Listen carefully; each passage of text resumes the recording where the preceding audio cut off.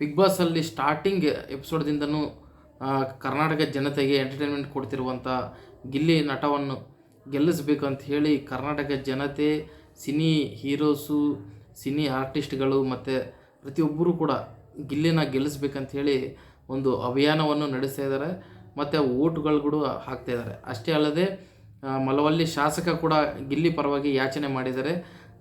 Gilli actually Malavalli ಕ್ಷೇತ್ರಕ್ಕೆ ಬರ್ತಾರೆ.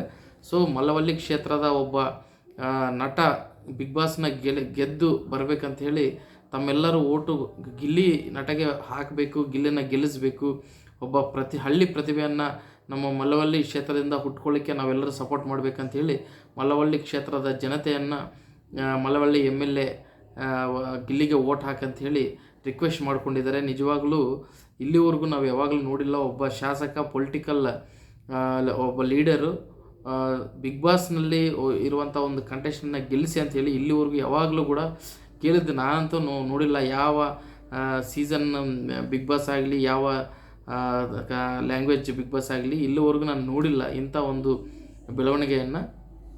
ಅಂದರೆ ಗಿಲ್ಲಿ ಕ್ರೇಜ್ ಎಲ್ಲಿವರೆಗೂ ಹೋಗಿದೆ ಅನ್ನೋದು ನೀವು ವಿಚಾರ ಮಾಡ್ಬೋದು. ಪ್ರತಿಯೊಬ್ಬರು ಕೂಡ ಬಿಗ್ ಬಾಸ್ ಕಂಟೆಸ್ಟೆಂಟ್ಸ್ ಮನೆಯಿಂದ ಹೊರಗೆ ಬಂದಿರುವಂಥ ರಾಶಿಕಾ ಕೂಡ ಗಿಲ್ಲಿನೇ ಗೆಲ್ಲೋದಂತ ಹೇಳ್ತಿದ್ದಾರೆ. ಸೊ ಉಳ್ಕಿದ ಕಂಟೆಸ್ಟೆಂಟ್ಸ್ಗೂ ಗಿಲ್ಲಿಗೆ ಅಜಗಜಾಂತರ ಓಟ್ ಡಿಫ್ರೆನ್ಸ್ ಇದೆ. ಗಿಲ್ಲಿ ಗೆಲುವು ಖಚಿತ.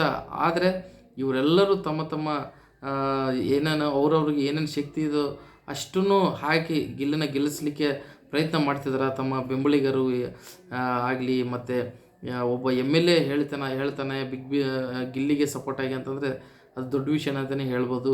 ಮತ್ತು ಭಾಳಷ್ಟು ಕಮಿಡಿಯನ್ಸ್ ಕೂಡ ಗಿಲ್ಲಿ ಗೆದ್ದು ಬರಬೇಕಂತ ಹೇಳಿ ಕೂಡ ಕೇಳ್ತಿರ್ಬೋದು, ನಾವೆಲ್ಲ ನೋಡ್ತಾ ಇದ್ವಿ. ಆ್ಯಕ್ಚುಲಿ ಗಿಲ್ಲಿ ಅಂಥ ಎಂಟರ್ಟೈನ್ಮೆಂಟ್ ಕೊಟ್ಟಿದ್ದಾನ ಅನ್ನೋಕ್ಕೂ ಇದೇ ಸಾಕ್ಷಿ ಅಂತ ನಾನು ಹೇಳಲಿಕ್ಕೆ ಇಷ್ಟಪಡ್ತೀನಿ.